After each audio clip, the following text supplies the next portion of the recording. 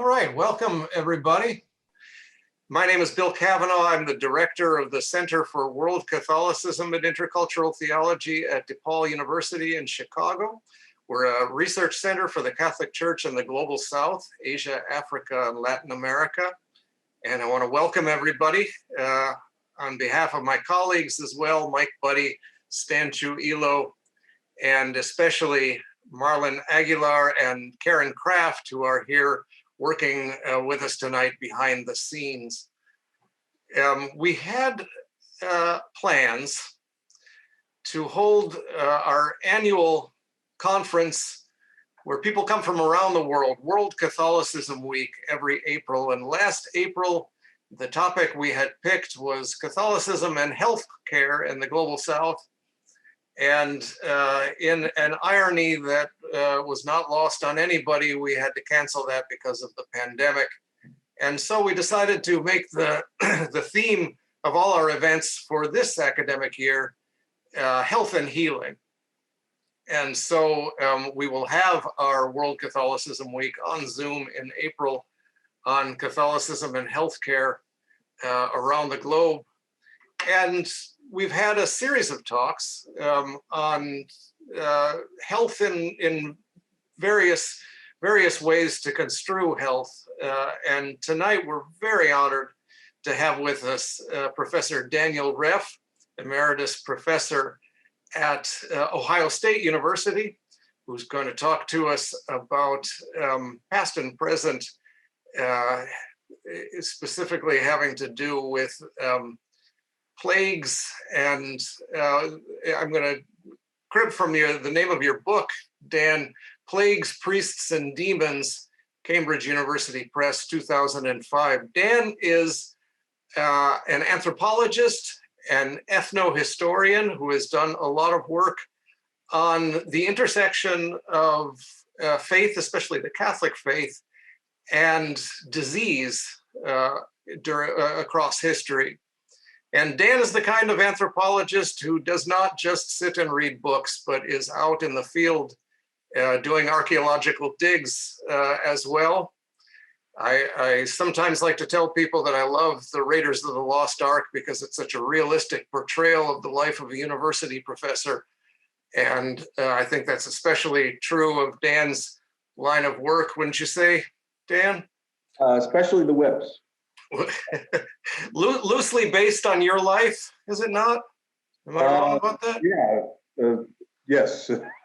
I said loosely, right? Yeah. No. So, yeah, his first book, Disease, Depopulation, and Culture in Northwestern New Spain, was published in 1991, and he has a whole list of honors and publications since then, including funding from the National Endowment for the Humanities. So without further ado, let me turn it over to Dan. Dan will talk for 35 minutes, and then we'll open it up to questions. So if you have questions, you can put them in the Q&A, and I will make sure that they get relayed to Dan. So take it away, Dan. Great. Thank you, Professor Cavanaugh. Certainly for the invitation and the honor to speak tonight, and also for that kind introduction. And I'd like to thank Karen Kraft as well for all her efforts to make tonight's talk possible. As Professor Cavanaugh suggested, one of my major research interests has been what you might call the comparative study of disease and the rise of Christianity. I've been particularly interested in colonial Latin America and Europe during the centuries after Christ. In both Latin America and again in Europe, during late antiquity and the early Middle Ages, infectious diseases had a profound impact on the rise of Christianity, or contributed significantly to that process. In more recent years, I've also studied the Jesuit mission enterprise in 16th century Japan. Japan is an interesting case because the Jesuits had a lot of success at start in Japan, but the church erected by the Jesuits was rather short-lived, and interestingly, there were no pandemics in some ways that facilitated the early church in Japan. So tonight I'm not going to talk about Japan, but I'd be happy to answer questions about that. I'm going to focus again, focus on, again, the early church in colonial Mexico and Europe. And at the end of my talk, I thought I'd step back and offer some reflections on, how the past might provide insight for us going forward in our own time of pandemic. Now, I should say that my interest in Christianity and disease is something that came about by accident. As Professor Cavanaugh suggested, I started off my career as an archaeologist. Many years ago, when I entered graduate school at the University of Oklahoma in anthropology, there was a professor who received a large grant for what was really the first archaeological project to explore the prehistory of Sonora, Mexico, Sonora being that state just below Arizona. For 4 years, I worked on this project doing archaeological survey and excavations in the Rio Sonora and other inland river valleys of Sonora, Mexico. And what we found was that these inland river valleys were lined with prehistoric settlements, small towns, villages, what we call regional centers. Some of these settlements had upwards of 200, 250 single-story adobe houses. In some cases, they built multi-story structures. We found evidence that the Indians were building irrigation canals and producing crop surpluses of corn, and they were growing cotton and producing these impressive cotton mantas, and which are kind of like blankets, which were traded throughout the region. They were also involved in extensive trade with the Indians in the American Southwest, from whom they acquired turquoise, and they were trading widely with groups in southern Mexico, like the Anahuas or the Aztecs and the Tarascans. They were supplying things like copper bells and parrot feathers. So generally speaking, our archaeological research made clear that during late prehistory, the Indians in northern Mexico were doing quite well. Certainly they were living as well as Europeans at the time. But one thing that was interesting about the archaeological record was that it seemed to come to an end sometime around the arrival of the Spanish. The sites we surveyed and excavated had no historic component. It was almost as if the Indians abandoned the sites or the sites were depopulated. Again, sometime around the arrival of the Spanish. Archaeology is a lot of fun, it's very productive, but sometimes it's not really capable of answering big questions, or certainly it wasn't for me as a graduate student. So I shifted my research to ethnohistory. That is to say, I was interested in the question is, well, what happened to these native peoples for which we had this extensive archaeological record?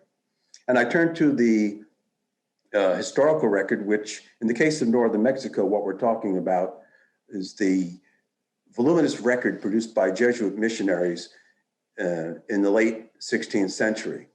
In 1591, the Jesuits came to the northern frontier and established missions in northern Sinaloa on the coast, and also established missions on the eastern slopes of the Sierra Madre. And from these two starting points in Sinaloa and Durango, they pushed the mission frontier ever northward. And over the course of 160 years or so, they baptized over 500,000 Indians and erected this enormous Jesuit mission system.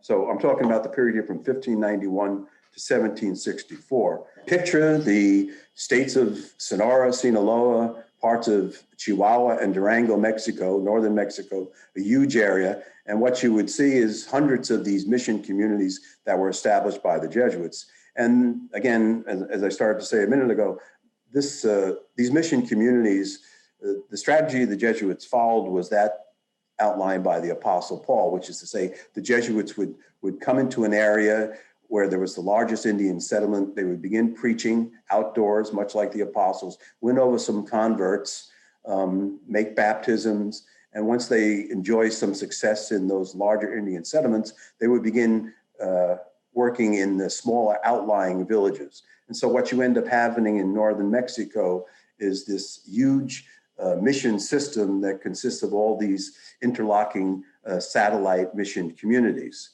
And interestingly, in the main headquarters or the main settlements of these Jesuit satellite communities, the Jesuits built these impressive basilicas, again, very much like those that were built in the 4th century in the Roman Empire by the early Christians. Now, this incredible, vast Jesuit mission system that was erected during this period from 1591 to 1764, when you begin to read the Jesuit letters and reports describing how this system came into being, you quickly come to realize that when the Jesuits came to the northern frontier in 1591, the native population had already been devastated by old world diseases, things like smallpox, measles, malaria, influenza, which were spreading from southern Mexico northward into Sonora, Sinaloa, and these northern states of Mexico. By the time the Jesuits come to the northern frontier, most native groups have experienced population reductions of about 30%. Once the Indians are incorporated into the mission system, they continue to suffer epidemics at regular intervals, which contribute to further reductions. And so the population of these Indian populations are reduced by as much as 90% within 40 or 50 years of missionization. Which raises an interesting question: why are these native peoples embracing the Jesuits? I think the answer is that the Jesuits are filling a vacuum that's been created by these profound losses in population and the associated changes in indigenous life. The Jesuits operationalized essentially the message of the Gospels, emphasizing care of the sick, the elderly, orphans. Frequently during epidemics, what the Jesuits would do is they would turn their main cabeceras or main mission centers into clinics of sorts. And there they would have the Indians who were sick brought to these hospitals or clinics, and they would be fed and taken care of. And the priest would advise the Indians on how to care for those who were sick, and then make the rounds of the outlying visitas, administering the sacraments, and also taking care of the corporal needs of the native peoples.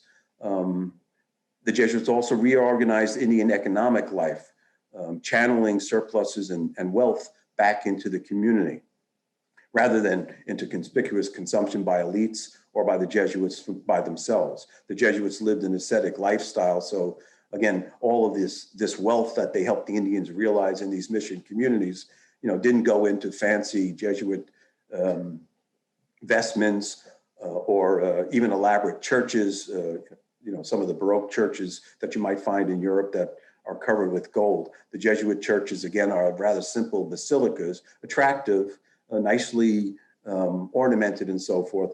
But again, it's not as if the Jesuits are taking all the wealth from the native peoples and invested in monuments to themselves. And the Jesuits also introduced sacraments like baptism and communion, which the Indians understood as not simply things to cleanse the soul and to fortify the soul, which is what the Jesuits emphasized. The Indians understood these sacraments as things that actually helped them in terms of their physical health. And in the case of communion, was like a booster shot. The Indians usually had received communion once a year during Lent. And again, from their perspective, it was understood that this sacrament was something that fortified them physically.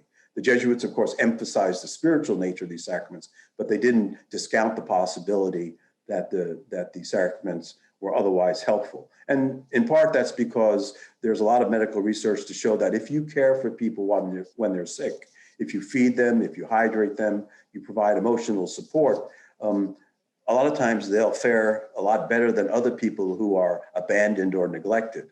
So what happened was the Jesuits were administering the sacraments of baptism and communion at the same time they were caring for the Indians.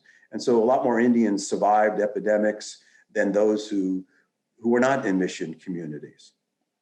The Jesuits also introduced a theology of resurrection and life after death, which was very consoling for native peoples, who watched their parents or their children die. It was consoling to understand that there was a life after death where they would be reunited with their loved ones. The Jesuits introduced a theology of sin that alleviated guilt. Whenever there was an epidemic, the Indians necessarily would ask themselves, what have we done wrong? How have we offended the powers that be? The Jesuit answer was that, well, it's not really your fault. Don't take the guilt upon yourself. The problem is that, you have been misled by Satan, and all of your well-intentioned respect for God was misdirected or was directed towards the wrong supernaturals. And the Jesuits also introduced devotions like the Rosary and the cult of Mary and the whole cult of the saints. During the early colonial period, Indian women in particular bore the brunt of the population collapse, and there was an enormous amount of pressure on Native women to get married and to have children to again stave off the population collapse that characterized the colonial period. And unfortunately, a lot of these Indian women were getting married at young ages and were having difficulty in pregnancy and childbirth, and often had stillborn children or children who survived birth but were otherwise anemic and in poor health because of diseases like malaria. And so Indian women took a lot of solace in their devotion to Mary and in things like the Rosary. Mary was someone who was very much like these Indian women in that, she was a peasant woman, gave birth to a child in a manger, and then, watched her child suffer a terrible death. The Indians could very much identify with Mary. And again, throughout Latin America today, you see lots of churches devoted to Mary, and you see lots of shrines, and in general, Catholicism in Latin America is very much a religion that emphasizes the cult of Mary. Another way in which the Jesuits made a profound difference was that Native American societies were organized in terms of kinship based on lineage and clan systems. During epidemics, these lineage and clan systems would be torn apart. People who used to turn to a member of their lineage to help with harvesting a crop or planting seed in the spring or building a house, found that those relatives were no longer there. They died in epidemics, which would often claim 30 or 40% of a village. The Jesuits introduced the whole system of co-parenting, compadre.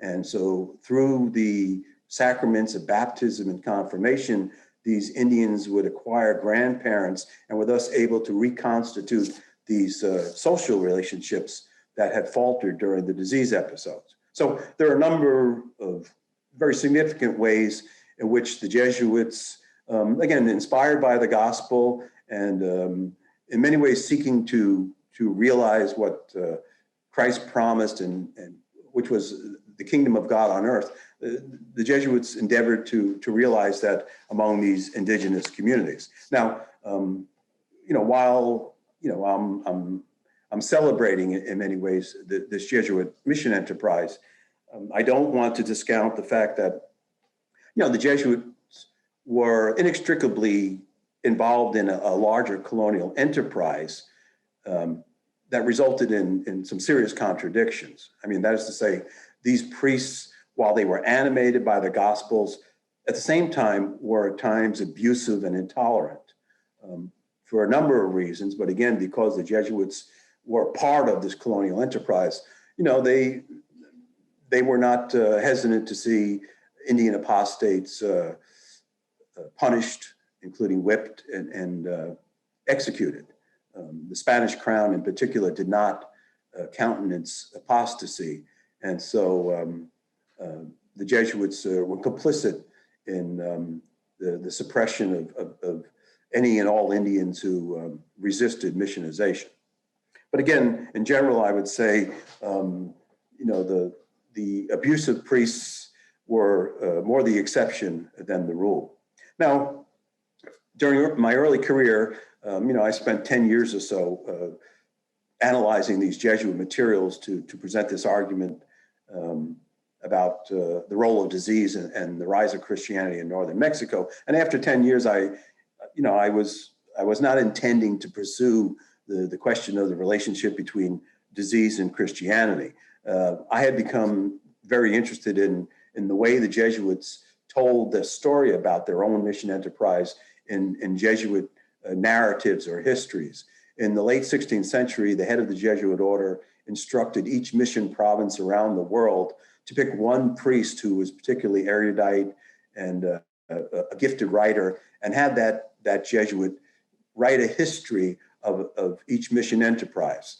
And so in China, in Japan, in Macau, in Peru, in Brazil, in French Canada, and in northern Mexico, you have Jesuits who produce these very detailed, interesting narratives of the history of the Jesuit mission enterprise.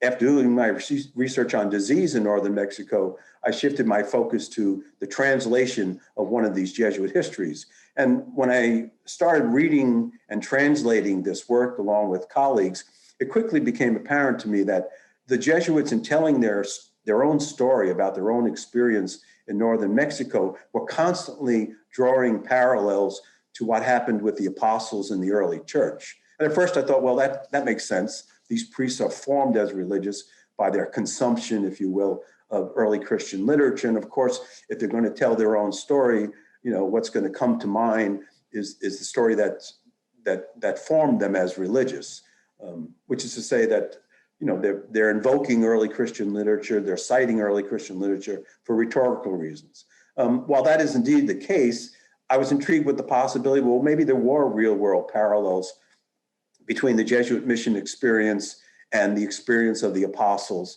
and the saints of early medieval Europe who contributed to the rise of Christianity in Europe. And so I shifted my research interest from colonial Latin America to a consideration of the history of the church in the centuries after Christ. Now, I think there are many Christians, and this may have been true of myself in my younger days, who, I guess assume that Christianity, naturally was embraced after the death and resurrection of Jesus. With the descent of the Holy Spirit upon the apostles were empowered to speak languages, they were speaking tongues, they were empowered to work miracles. And as a Christian, I think you would naturally come to the conclusion that, once Jesus dies and is resurrected and the apostles are empowered, probably very quickly, much of the Roman Empire became Christian. When I looked at the historical record for the early church, however, what I discovered, and others have known this, of course, is that it wasn't really until the late 2nd century that Christianity began to be widely embraced by the population of the Roman Empire. If you had a time machine and could go back to, say, the year 150 CE, that is to say 120 years after Jesus, and you were to cruise around the cities of the Roman Empire and ask people, what's the story on this Christianity? Is it popular? Is it, does it have a bright future? Most people probably would have laughed at you or said, I have no idea what you're talking about with respect to Christianity. During that first 100 years after Jesus, there are it's a relatively small number of Christian communities, maybe 50 cities of the Roman Empire had Christian communities within them. And these Christian communities were maybe 30, 40, 50 people. Some cities like Rome or Alexandria may have had larger communities. Rome had a population of 1 million. There may have been 1,000 Christians in Rome.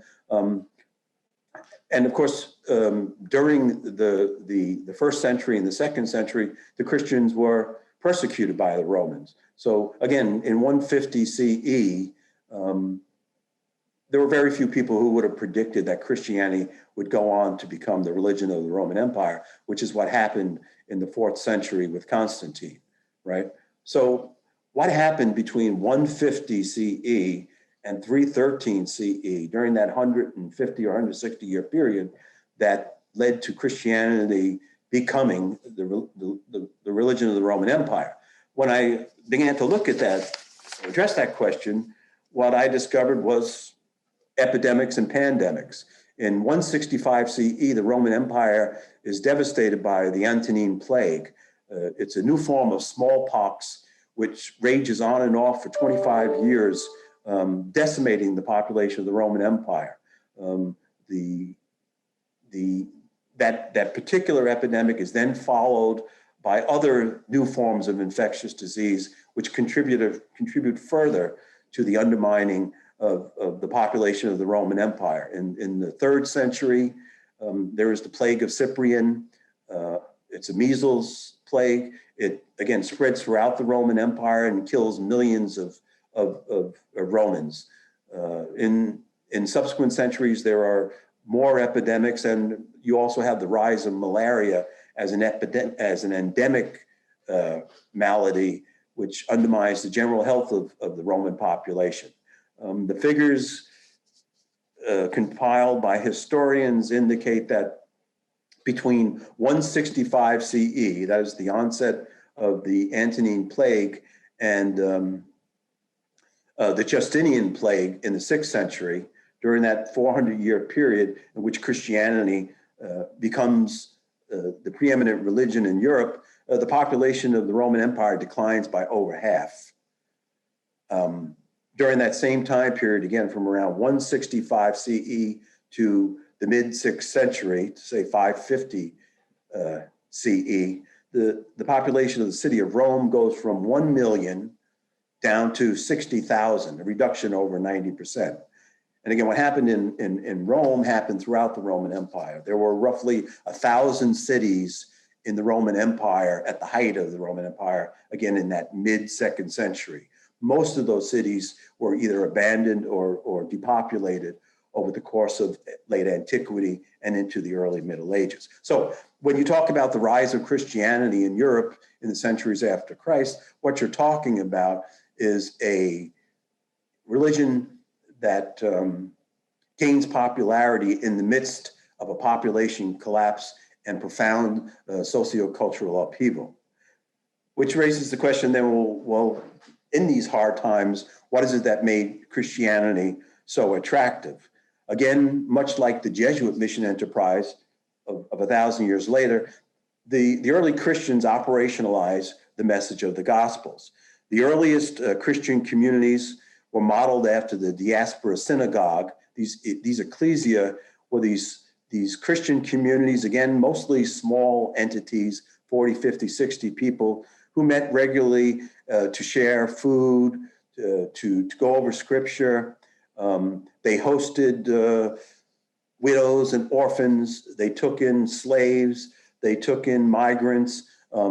They made outreach efforts to accommodate all these disparate elements of Roman society who were devastated by the pandemics that, again, began to rage on and off during late antiquity. Now, there were a lot of religions at the time, that also exhibited charity, and but none of them did it as well as the early Christians.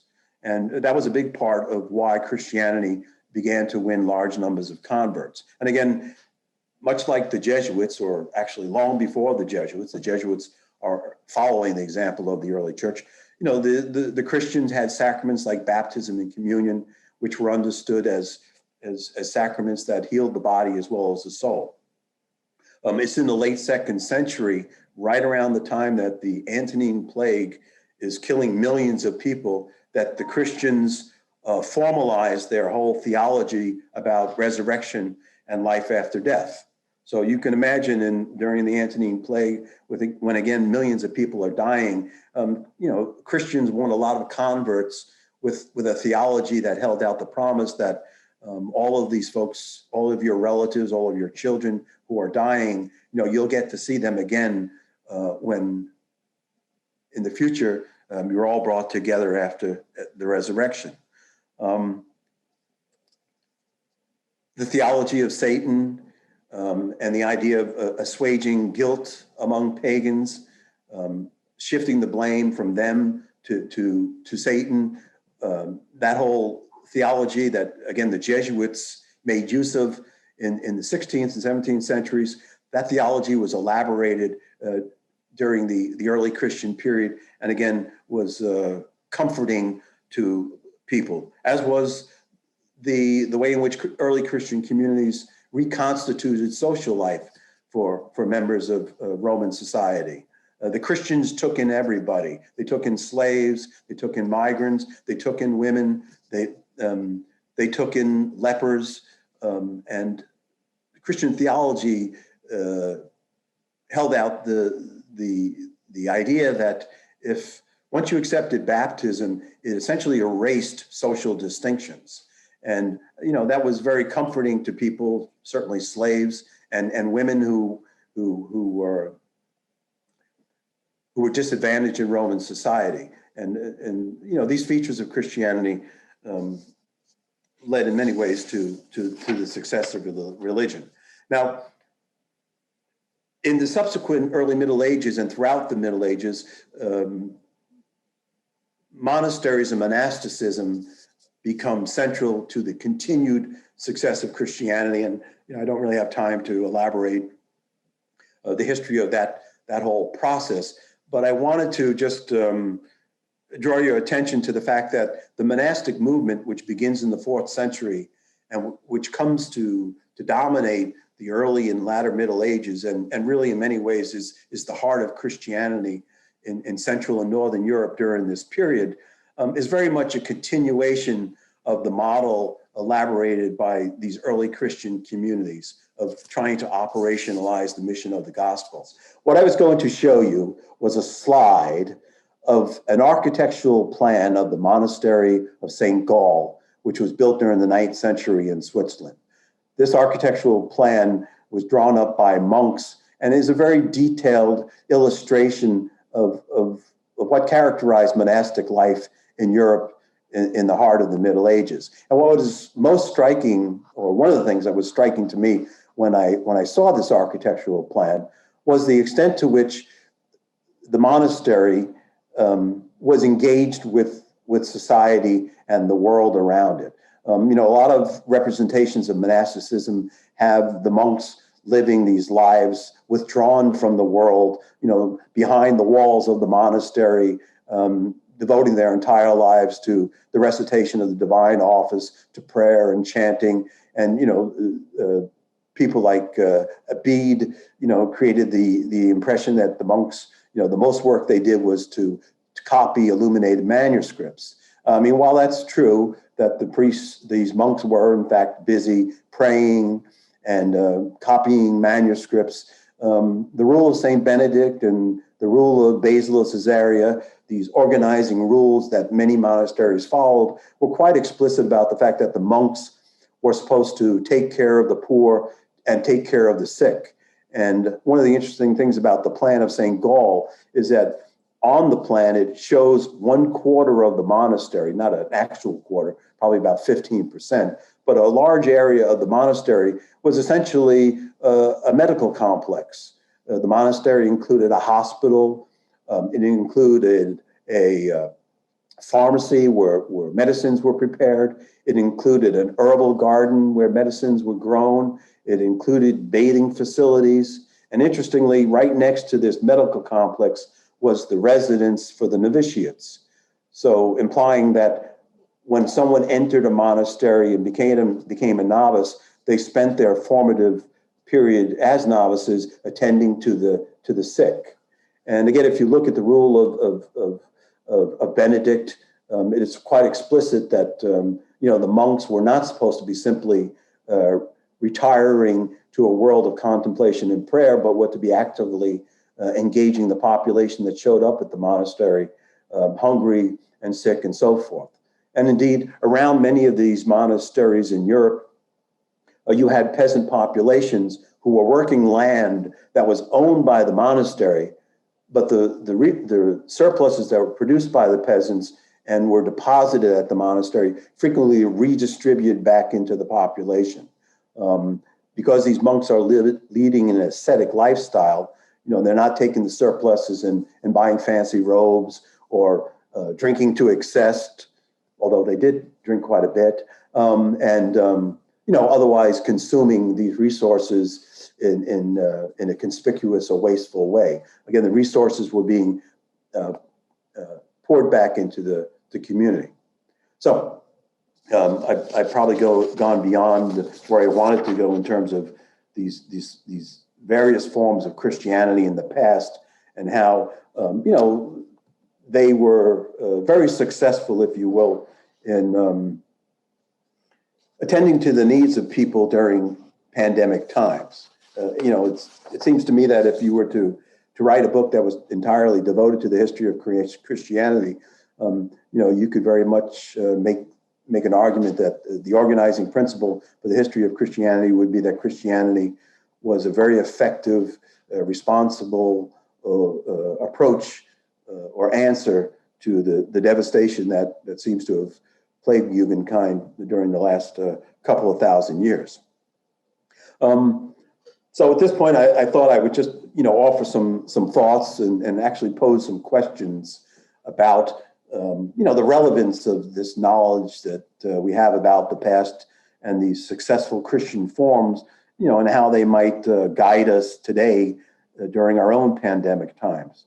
Again, the early ecclesia or the Asper synagogues of late antiquity, the monasteries of the Middle Ages, and the Jesuit missions, these are all highly successful in responding to pandemics. And so, we could ask ourselves, well, what of the church and Christianity today, again, in our own time of disease? In thinking about that question, I found myself reflecting on the impression I have that, most, if not many Christians seem preoccupied with, essentially realizing a heaven that is elsewhere, securing a place in the afterlife or heaven, which is understood in the heavens or on some distant exoplanet, more wonderful than Earth, right?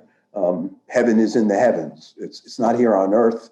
It's somewhere up above, and it seems to me a lot of Christians are hoping, to die in a state of grace and be reborn and be living in the stars somewhere.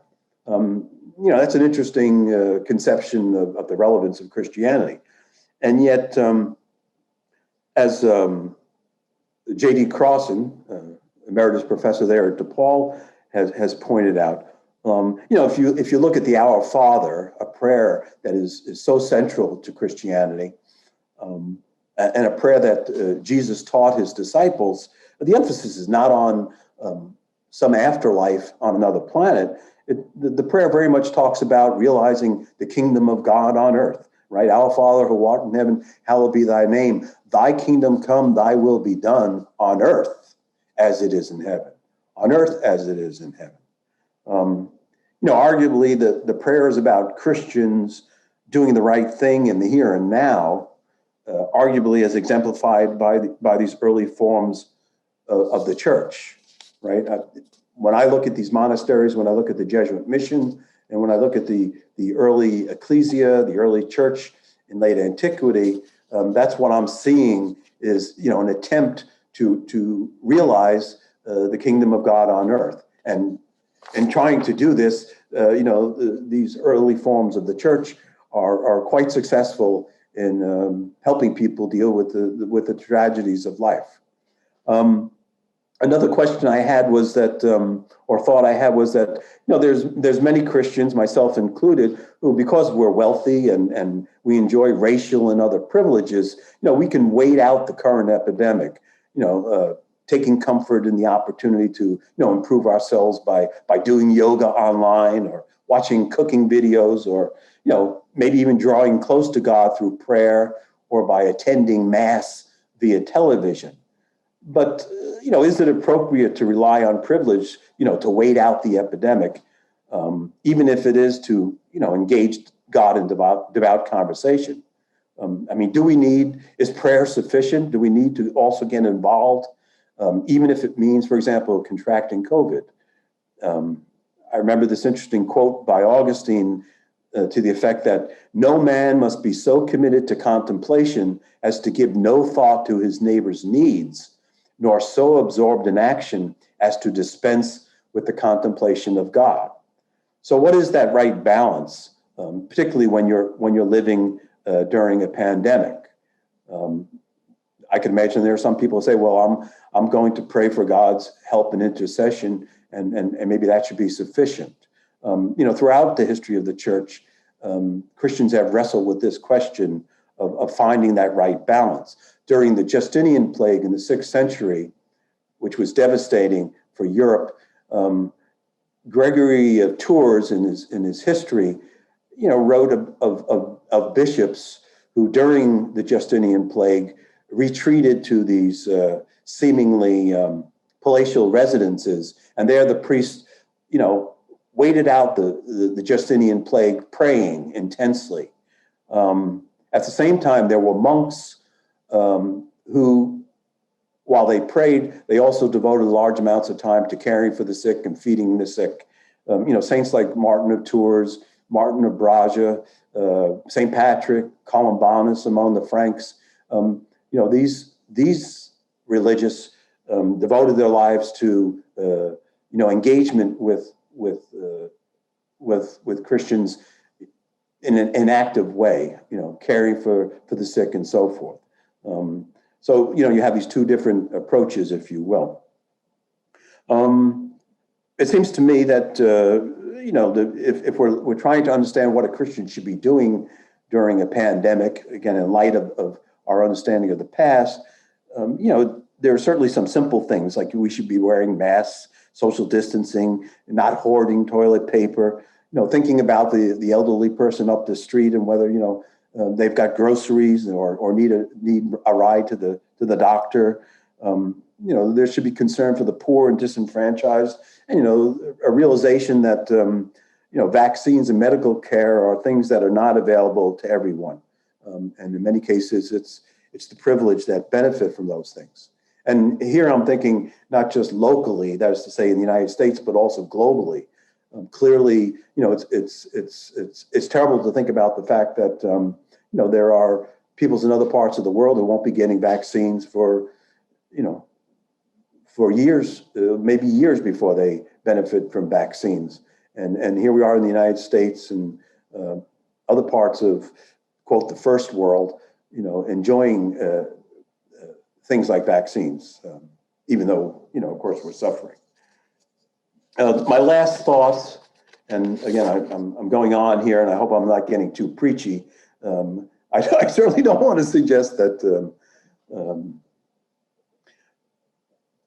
I have answers to all these questions, but I wonder about the role of the institutional church, and whether the compartmentalization of religion, the fact that a lot of people experience religion on Sunday and that's it, whether that has rendered the church largely irrelevant. The ecclesia, the early churches of late antiquity, the monastery, the missions, the Jesuit missions, these were not just religion. These early Christian forms were, simultaneously economic, social, and political institutions. The church was at the heart of society. And it was the fact that it was at the heart of society that empowered it to respond to the needs of the people. I don't know if the church today is able to do that. I know if you look at the work that is being done by the church, a lot of it is impressive. There are parishes and dioceses that have outreach efforts to the poor and the homeless, and are feeding people and so forth, and that's wonderful. But at the same time, the church seems to be financially bankrupt.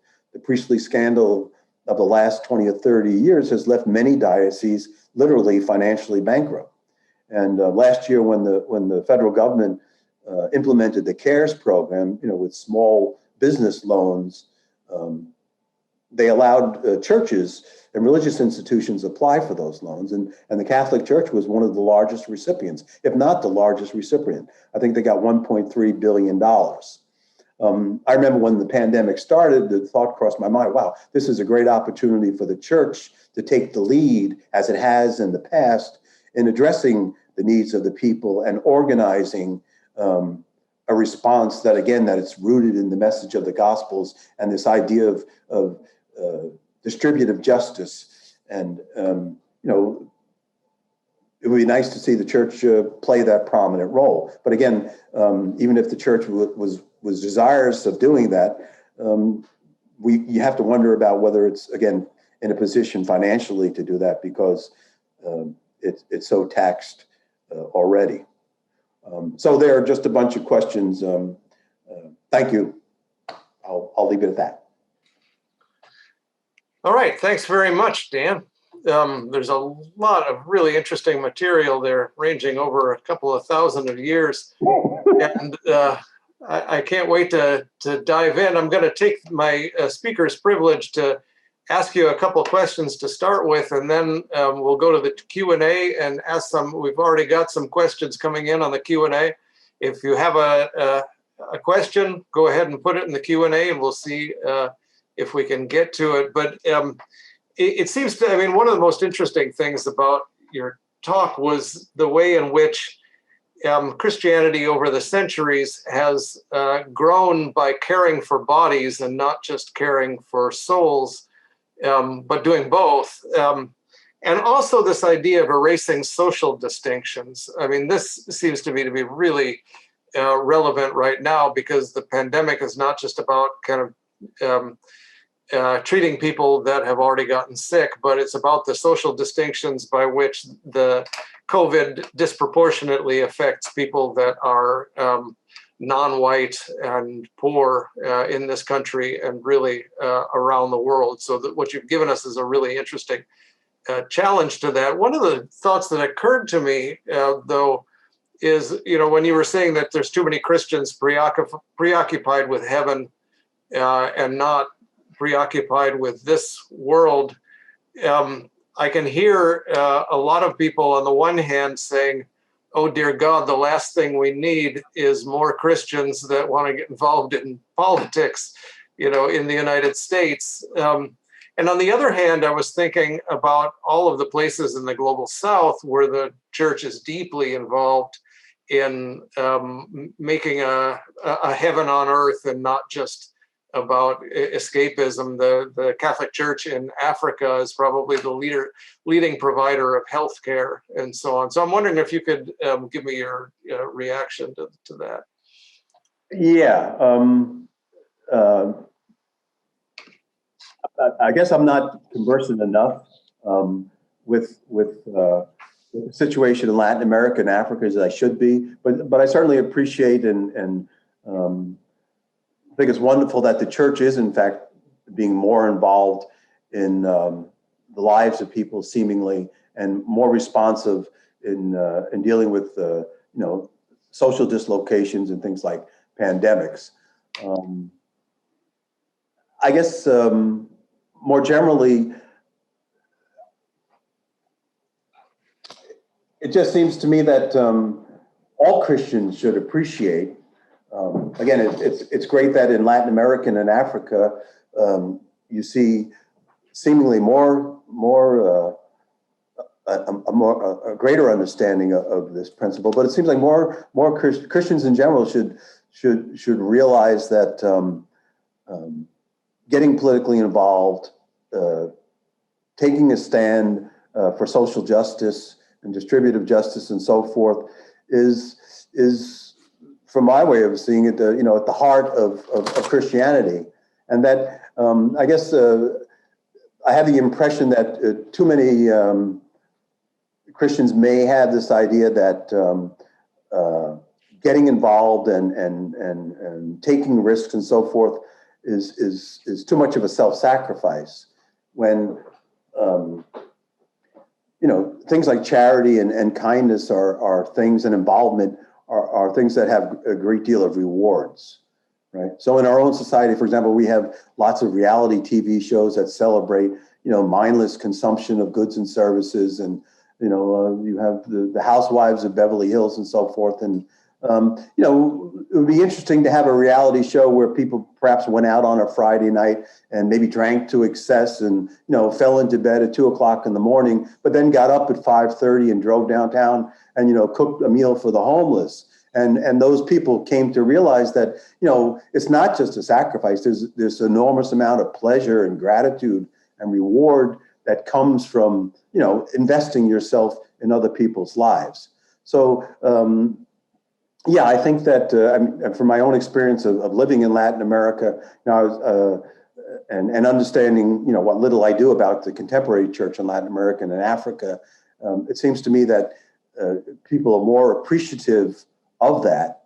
And I wonder, at least in the United States, you know, a reality that I guess I'm more conversant with, I find it sad at times that we seem to have lost sight of the fact that, caring about other people can, is somehow comes at some kind of great cost, when actually there's more of a reward.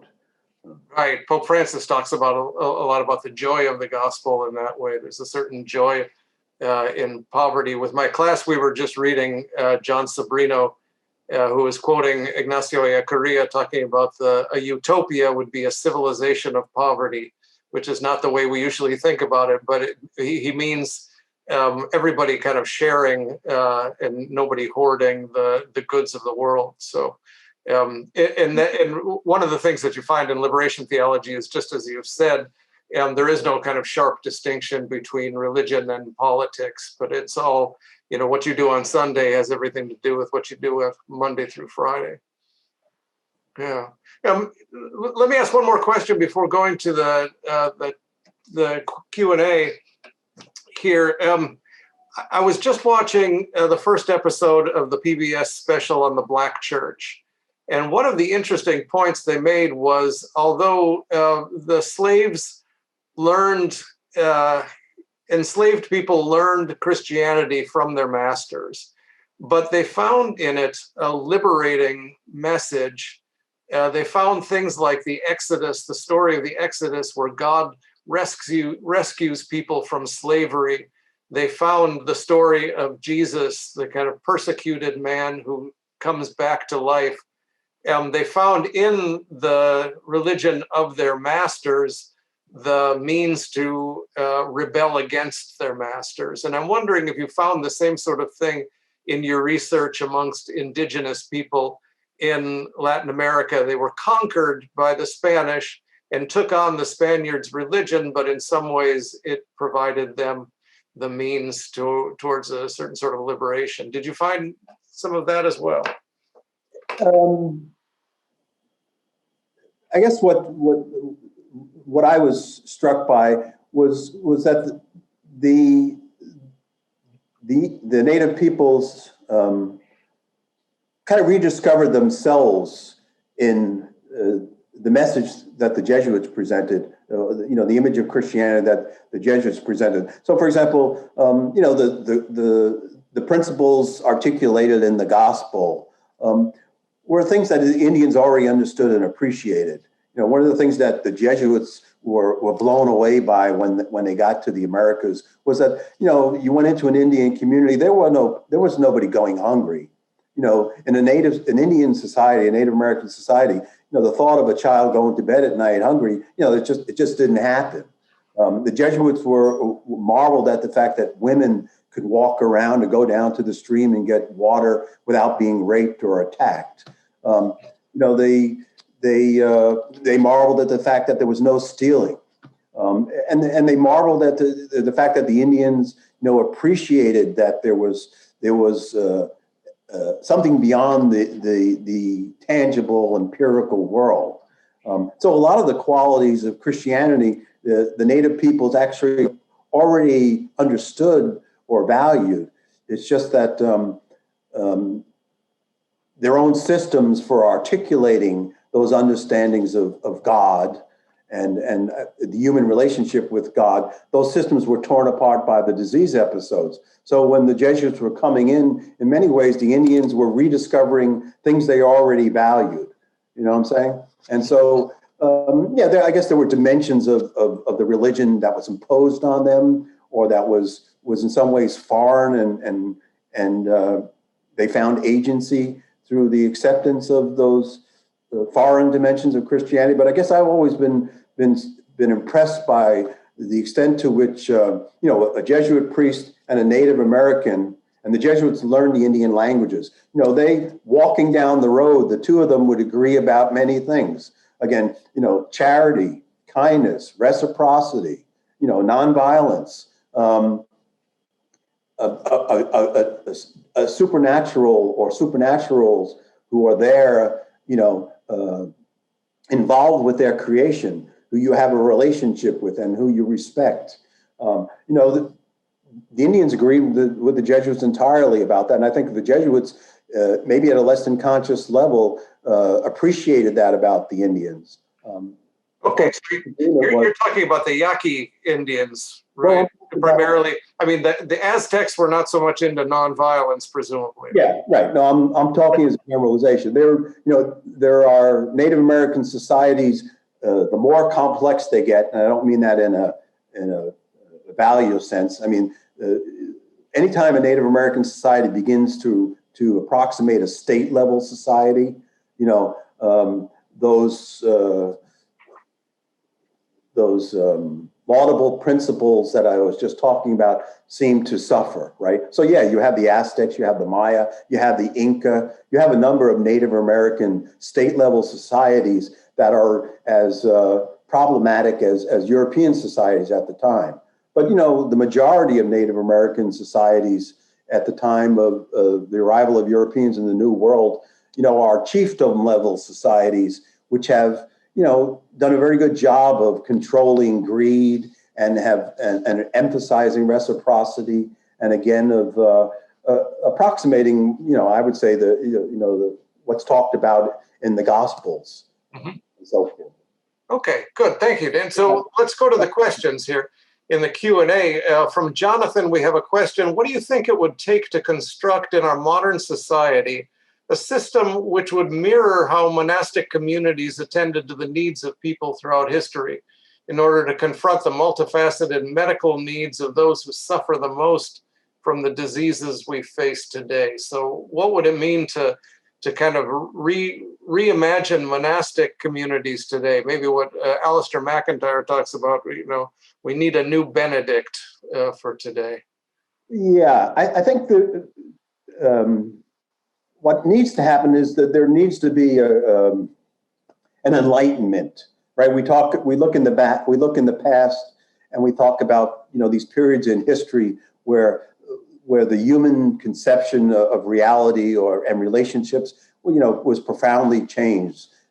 Such as the Enlightenment, when all of a sudden we begin to understand the world around us in these very empirical terms. I think we need something analogous to that, along the lines of what I was saying earlier about, people coming to appreciate that the message of the gospel, the proposal that Jesus made about realizing the kingdom of God on earth by doing unto others as you would have them do unto you, is again not a matter of self-sacrifice. It's actually doing something that we all would benefit from and appreciate more.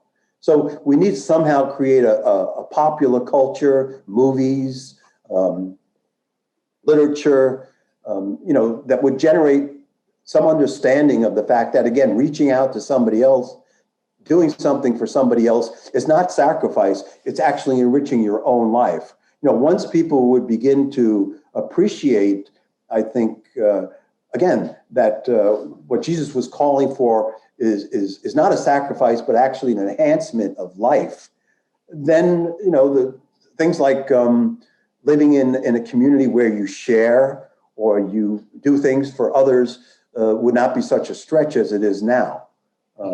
Again, I think about like the television programs that we watch, in which it's amazing how they guide us towards these lifestyles, which are they don't even make sense. Never mind whether they're ethical or moral. So if we can just reconfigure our imaginations, that would get us started down the right road. Because you discover the joy of helping people, it becomes addictive. I remember as a little kid, when somebody say, "Can I borrow your pencil?" or "Can I borrow your baseball glove?" I remember, if you give it to somebody, you get this kind of nice, weird feeling. I don't know, maybe I'm weird in this regard, but there was something really nice about that, and I think we've gotten far away from the realization that there's a lot to be said for that. And so these monastic communities, or any type of community where, again, reciprocity is highlighted, seems to presuppose some reconfiguring of our minds with respect to what's worthwhile and what is an enhancement of life. Right. Yeah. Yeah, as Paul says, when one suffer, all suffer together, and when one rejoice, all rejoice together. Right? Yeah. Good. Stretch, right? It's interesting. Yeah. Another question. This one from Carl. Were the Jesuits trying to justify or confirm their faith through their missionary zeal? Yeah, that's an interesting question. Were they trying to? I guess my first reaction, without giving it much thought, and maybe I shouldn't say that, is they were trying to do both at a less than conscious level. The Jesuits are human beings, and there were dimensions of their faith, again, because the mission enterprise was part of a colonial enterprise. I think they had to struggle, if only at a less than conscious level, with the contradictions of their life and their missionary enterprise. So the Jesuits and other Christian missionaries who come to the New World, they don't come there of their own accord. They're sent there by the Spanish crown. The Spanish crown pays for their voyage across the Atlantic. The Spanish crown pays for their priestly vestments. The Spanish crown pays for their chalice and paten, their instruments of their religious profession. The Spanish crown pays for their yearly subsidy, pays the salary of each of these missionaries. And so the Jesuits and other missionary orders can never escape the fact that their presence in the New World and their missionary enterprise all hinges on whether the Spanish crown thinks that they are productive, not only in the sense of winning converts, but improving the Spanish economy. And so when you talk about the Jesuit mission enterprise, the Jesuits get caught in these contradictions where, on the one hand, again, they're living a life that's consistent with the Gospels, and yet because what they're doing is not controlled by themselves, but by people who are more interested in making money than winning converts. They seem to often find themselves in positions where they become complicit in all sorts of forms of abuse, whether it's punishing Indians or executing Indians and so forth. So justifying, confirming their faith, I think it's both of that is going on. I don't know if that makes sense. I think so. Yeah, I mean, it's complicated, right? As they say, history is always very complicated. And of course, the Jesuits eventually run afoul of the crown, and the Spanish crown kicks them out of Spain and out of all of Latin America, right? Because they find the Jesuits to be too independent and too threatening to them. Yeah. And we've got the next question is a historical question, I think. This is from an anonymous attendee. Can you tell us about the Mayans dispersing due to plagues and other diseases? I guess maybe that refers to the Mayans kind of disappear around 900 AD, I think. Was it because of disease, or what do you know about that? Yeah, to be honest with you, I don't know. You certainly don't want to quote me, but I don't know if there's good evidence that in prehistoric times, that is, say before Europeans arrived, that Native Americans would have suffered the types of epidemics or pandemics that characterized the historic period. Most acute infectious diseases such as smallpox, influenza, measles, these are diseases that arise among domesticated animals, and then at opportune moments, so to speak, they undergo genetic mutations and jump, figuratively speaking, to human populations. Native Americans didn't have any domesticated animals. I mean, some groups had turkeys. In South America, they had alpacas, and in other parts of the New World, Native peoples semi-domesticated things like guinea pigs. But, Native Americans didn't have sheep or pigs or cows or chickens. These are the diseases that give rise to these terrible epidemics and pandemics, which, haunt the history of the Western world. So, there are some diseases that may have reached epidemic proportions among native peoples in prehistory, and I could imagine might have led to serious dislocations and maybe the abandonment of Mayan settlements. But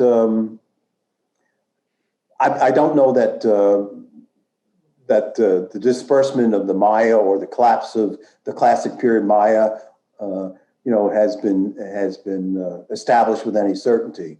Okay. I guess it's possible that there were treponomial diseases that could have been a problem for the Maya. But for example, malaria became a real serious problem in the Maya area, but that was introduced by the Spanish rather than in prehistoric times. Okay, that's a really interesting point. That it's not just that Europeans were particularly messy, but they brought diseases because they domesticated animals. And that, of course, is the origin of the probable origin of the current COVID-19 pandemic, is it probably made the jump from some kind of animal to humans in China. Right. Okay, so next question. It looks like it's more of a comment than a question. The things you mentioned, this is from Brian, the things you mentioned that Christians should be doing during this pandemic, aren't we doing those things locally through our churches? At the local level, in my community, we have outreach missions to feed the hungry, provide shoes for the shoeless, et cetera, at the same time as we promote the gospel of Christ. So maybe just sort of a comment saying a lot of us are doing that already.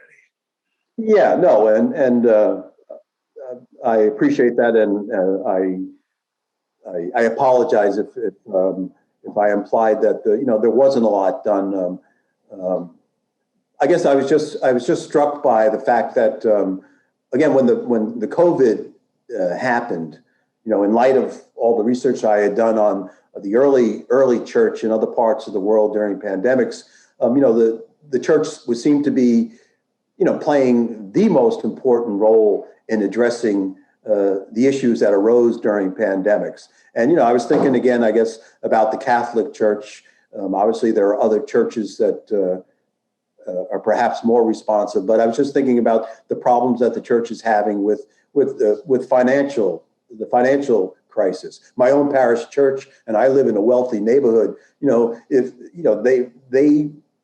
local parishioners wash and iron the priestly vestments. Local people clean the church. Local people mow the lawn.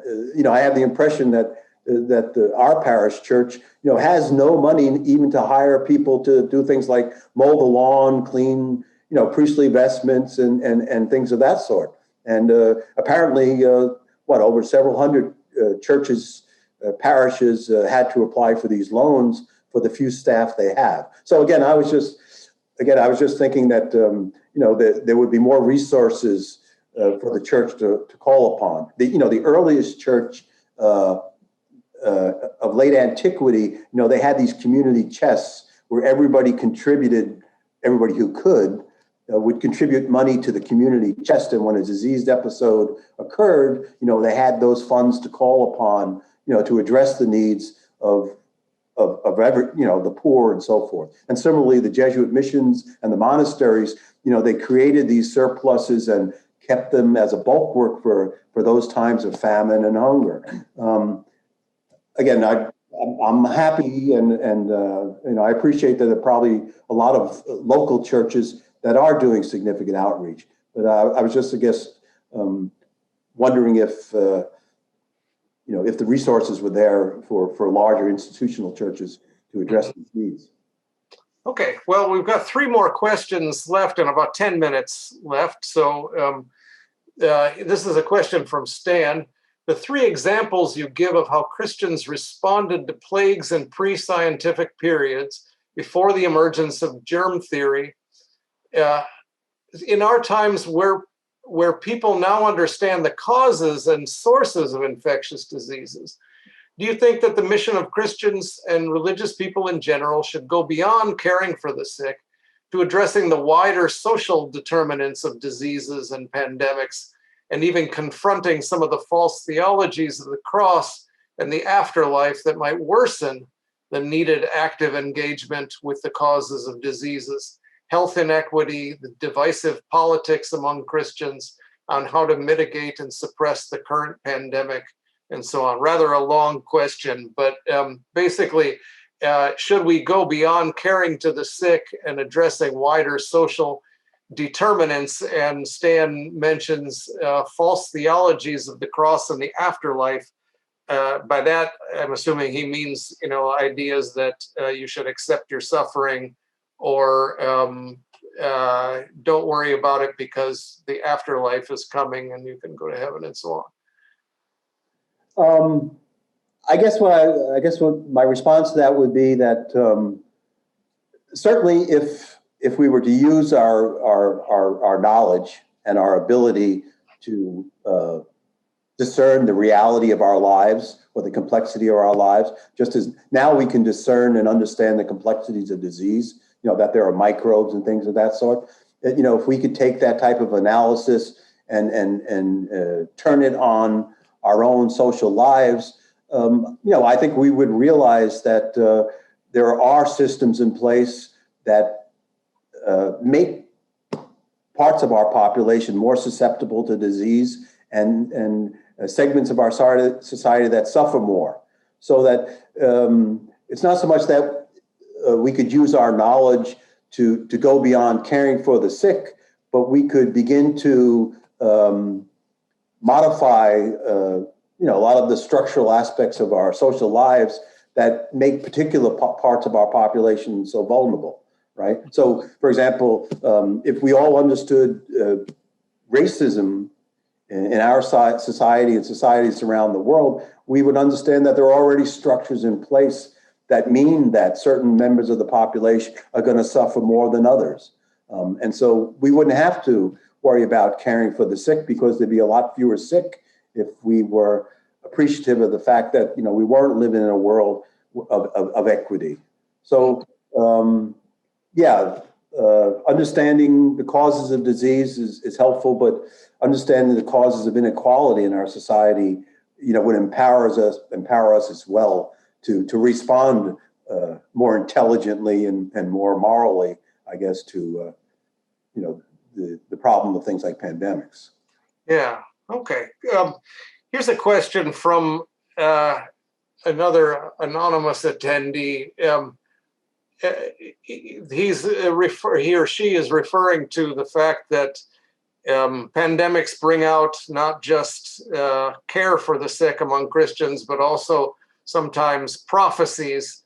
And he's talking, or he or she is talking about the Christian religious prophecies today, such as the 3 days of darkness prophecy during the pandemic. I don't know anything about this. I don't know if you do, but they are asking, do you think these prophecies are credible, or that the rise of these prophecies are the result of fear-mongering during this time?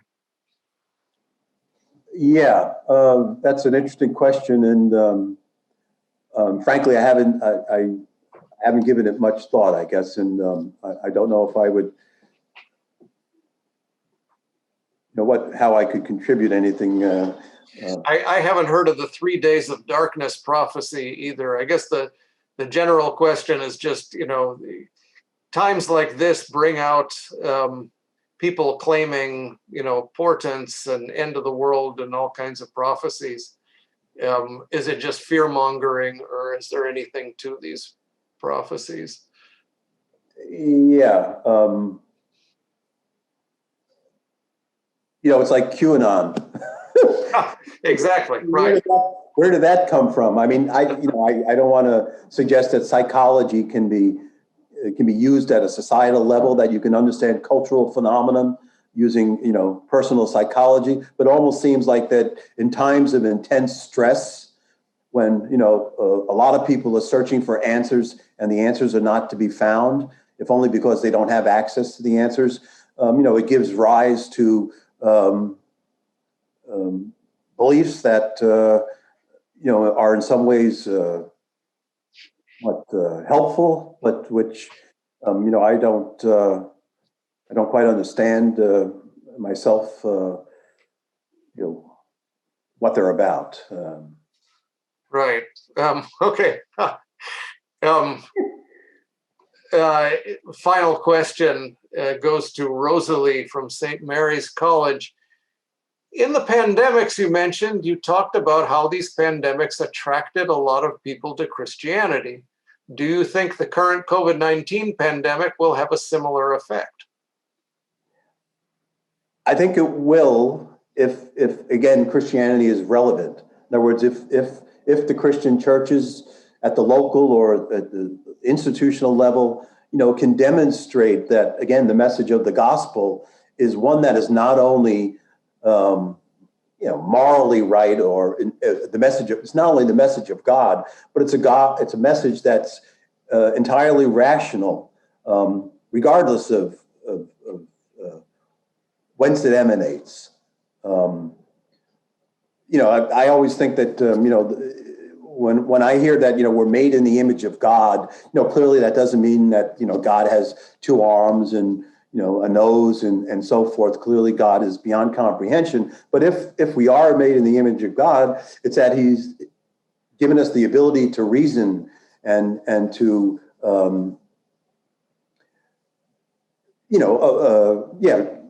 to make sense of the world around us, at least empirically. And so I think that people would be attracted to Christianity if they read the Gospels and looked at the message and again understood it as a formula for a life that's rich, as opposed to sometimes perceived as a life of sacrifice.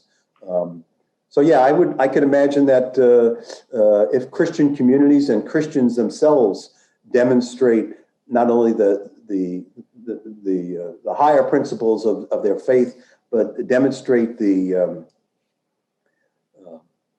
material benefits, for lack of a better term, of the faith, then more and more people would be attracted to it. Again, it's discovering charity, and that it's something rewarding and reciprocity and respect for others. How could that not be something that most human beings would gravitate to? If Christianity is something other than that, and at times it is, it's not going to be magnetic, so to speak. So that's a wonderful note to end on, Dan. You've given us a vision of not only dark times, but hope in dark times, the kinds of care for other people, care for body and soul that people find naturally attractive and deeply attractive. And you can find that in the resources in the Christian tradition at its best. So thanks everybody for coming. I want to again thank especially Karen Kraft and Marlon Aguilar for taking care of the behind the scenes work to make this possible. But I want you to also join me in thanking Dan Reff for a really terrific presentation and for a life's work in the service of the mind and the spirit. So thank you, Dan. Thank you. I enjoyed it. And again, it would have been nice to see folks, but I very much appreciated the questions and the comments. And, I enjoyed it. Thank you. Thank you. Thanks, everybody. We have more events. Please check out our events on our website, the Center for World Catholicism, Intercultural Theology at DePaul University, CWCIT. We have our worldwide conference on Catholicism and global health coming up in April. And our next event is Shannon D. Williams, young African-American scholar at Villanova University, who's going to be talking about African-Americans and racism in the Catholic Church in the United States. Thanks everybody for coming, and good night.